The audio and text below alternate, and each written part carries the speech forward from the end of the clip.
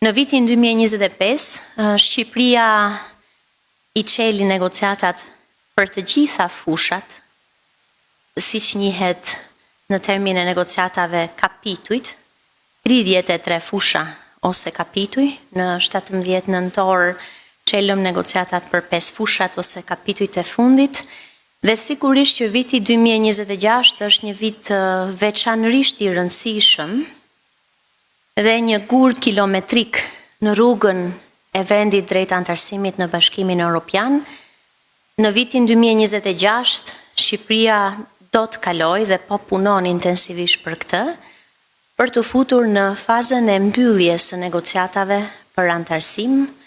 me një numër të mirë fushash nga këto 33 dhe me aspiratën e madhe që në vitin 2027 I kemi arritur të gjitha pregatitjet ose siç njihet në gjuhën e negociatave kushtet për mbylljen e negociatave. Sigurisht kjo është një punë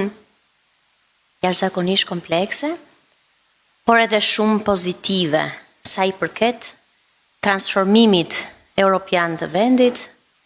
që nga shteti tek ekonomia, tek shërbimet për qytetarët, tek heqja e barierave midis Shqipërisë dhe Bashkimit Evropian, siç bëm gjatë vitit 2025, ku Shqipëria u fut në zonën e pagesave euro, e njohur si SEPA, që na mundësoi të bëjmë veprime bankare drejt Shqipërisë ose nga Shqipëria drejt vendeve të Bashkimit Evropian me tarifa shumë të reduktuara dhe në një kohë të shkurtër. Midis çeljes së negociatave dhe mbylljes,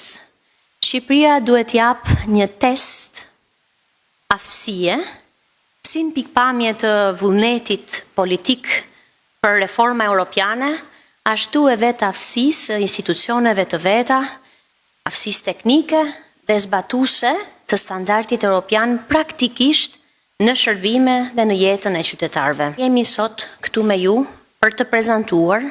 një paketë shumë të rëndësishme prej 12 nismash ligjore, të cilat I kanë në shqyrtim Kuvendi I Shqipërisë, që lidhen me forcimin e shtetit të së drejtës, sundimin e ligjit, luftën kundër krimit dhe krimit të organizuar, zbatimin më të mirë të reformës në drejtësi, dhe në fund, por jo për nga rëndësia, mbrojtjes nga diskriminimi,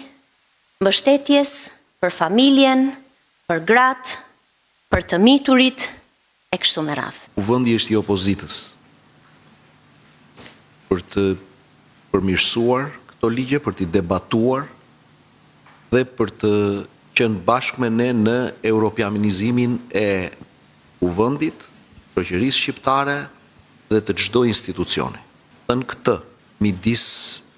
të ardhmes europiane të çdo familje shqiptare, që lidhet drejt për së drejti me ato dy reforma, sepse të përtasesh nga njëra anë, që shiko